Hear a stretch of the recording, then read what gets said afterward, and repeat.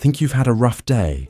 Try being dragged through London's streets behind a horse, then locked in a stone cell where your screams echo off walls that have witnessed centuries of human suffering.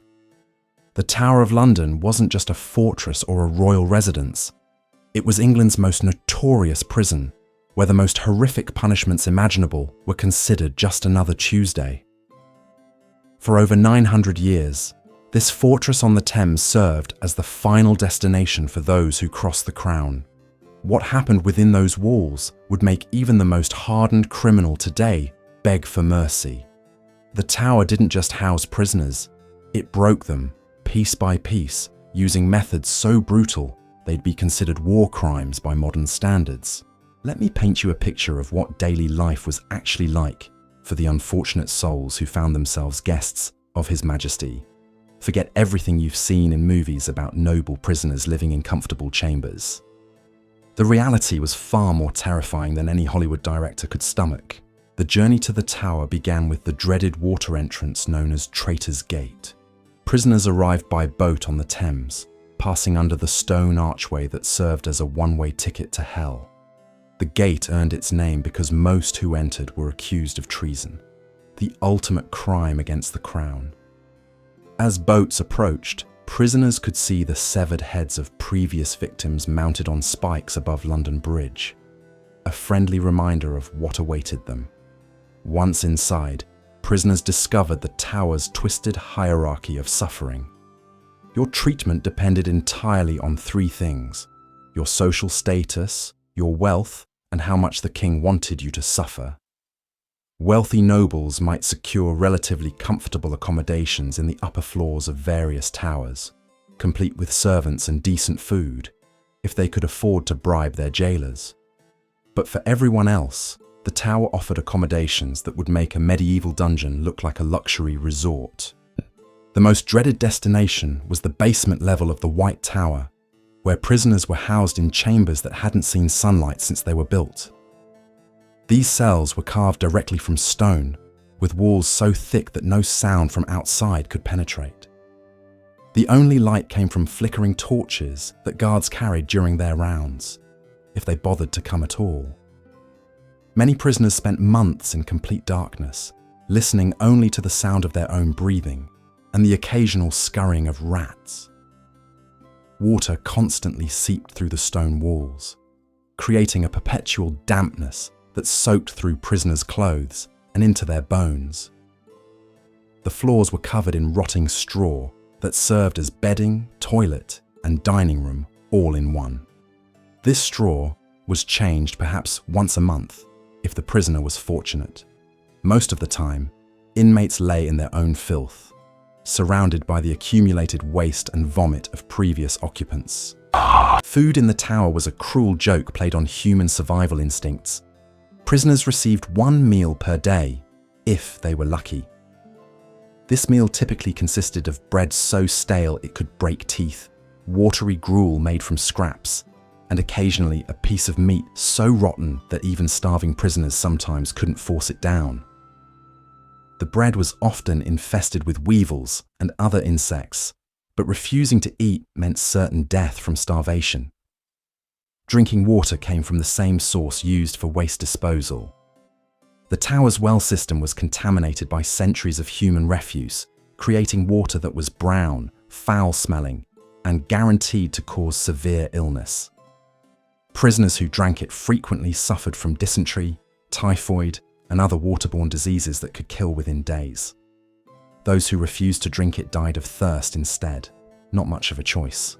The Tower's jailers were carefully selected for their complete lack of human compassion. These men understood that their job wasn't just to keep prisoners locked up. It was to make every moment of their captivity as miserable as possible. Jailers regularly beat prisoners for entertainment, stole any valuables they possessed, and demanded bribes for the most basic necessities, like fresh straw or an extra crust of bread. Guards took particular pleasure in psychological torture. They would describe in vivid detail the execution methods awaiting prisoners, complete with demonstrations using props. Some jailers collected souvenirs from previous executions, pieces of rope from hangings, blood-stained clothing, or even body parts, which they would display to terrorize new arrivals. The message was clear. This is what happens to everyone who ends up here. Sleep became impossible for most prisoners, not just because of the uncomfortable conditions, but because of the constant sounds of suffering echoing through the tower, screams from the torture chambers below, the clanking of chains, and the sobbing of fellow prisoners created a symphony of despair that continued day and night. Many prisoners reported that the worst part wasn't their own suffering. It was listening to others being tortured and knowing their turn was coming. The tower's most infamous feature was its collection of torture devices, each designed for maximum pain and minimum mercy. But the real horror wasn't just the torture itself. It was the fact that torture was considered a completely normal part of the legal process. The rack was the tower's most famous instrument of agony, and using it was as routine as serving breakfast.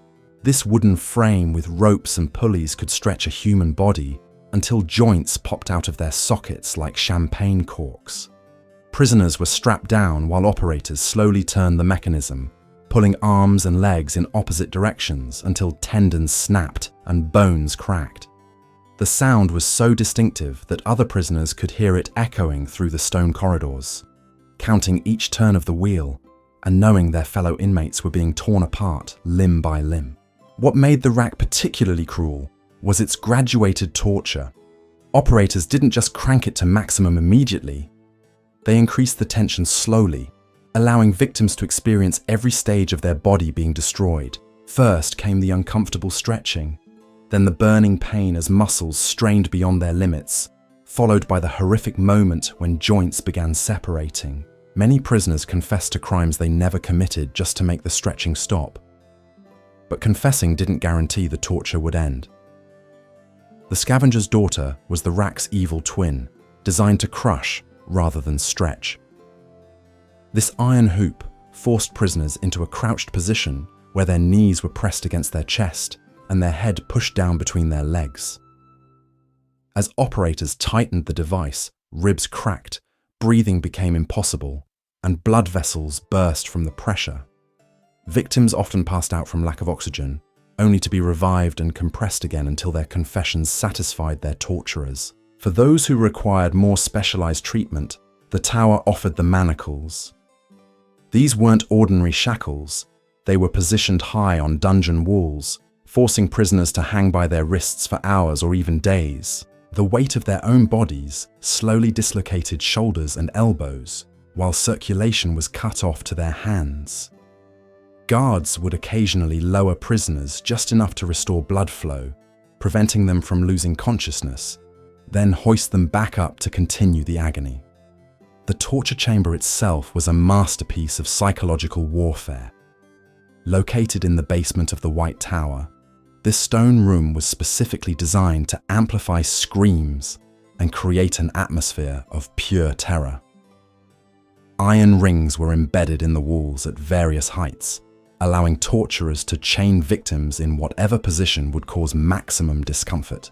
Bloodstains covered the floor and walls, not because anyone was careless about cleaning, but because the stains were deliberately left as a warning to future prisoners. Torturers were skilled professionals who understood human anatomy better than most doctors. They knew exactly how much pressure to apply, how long to maintain certain positions, and how to inflict maximum pain without causing immediate death. These experts could keep a prisoner alive and conscious through hours of agony, ensuring they experienced every moment of their punishment. Some torturers even had apprentices, passing down their knowledge through generations like a family trade. The most psychologically devastating aspect of tower torture was its unpredictability. Prisoners never knew when they might be dragged from their cells for a session in the basement. Guards would arrive at random hours, sometimes in the middle of the night, sometimes during meals, creating constant anxiety that prevented any moment of peace. This uncertainty was itself a form of torture, keeping prisoners in a permanent state of terror. Between torture sessions, prisoners were returned to their cells to contemplate what they'd experienced and what might come next. Their injuries received no medical attention. Open wounds became infected, broken bones healed improperly, and dislocated joints remained permanently damaged. Many prisoners couldn't walk properly after just one session with the torturers, yet they might face multiple visits to the basement before their cases were resolved. The tower's torture wasn't limited to physical pain. Psychological torture was equally refined and perhaps more devastating. Prisoners were forced to watch other inmates being tortured, knowing they would face the same treatment. Some were made to listen to detailed descriptions of how their family members would be punished if they didn't cooperate. Others were shown instruments of torture and told exactly how each device would be used on their bodies. False hope was weaponized as torture. Guards would tell prisoners they were about to be released, only to drag them to the torture chamber instead. Some inmates were given comfortable meals and clean clothes, then informed these were their final comforts before execution. The emotional whiplash between hope and despair broke prisoners' spirits more effectively than any physical punishment. What made all of this even more horrifying was that torture in the tower was completely legal and socially acceptable. The Crown's torture warrant system allowed authorities to inflict unlimited pain on anyone suspected of treason or other serious crimes. These warrants were signed by the highest officials in the land, making torture not just permissible, but officially sanctioned policy. So there you have it, the horrific reality of what passed for normal treatment in the Tower of London. From the moment prisoners passed through Traitor's Gate until their final breath, every aspect of their existence was designed to inflict maximum suffering. The contaminated water, rotting food, psychological torment, and legalized torture weren't aberrations or accidents. They were deliberate features of a system that viewed human dignity as completely expendable. What's perhaps most chilling is that none of this was considered unusual or excessive by the standards of the time. The torture warrants were signed by respected officials, the jailers went home to their families each night, and London citizens walked past the tower's walls knowing exactly what horrors were unfolding inside.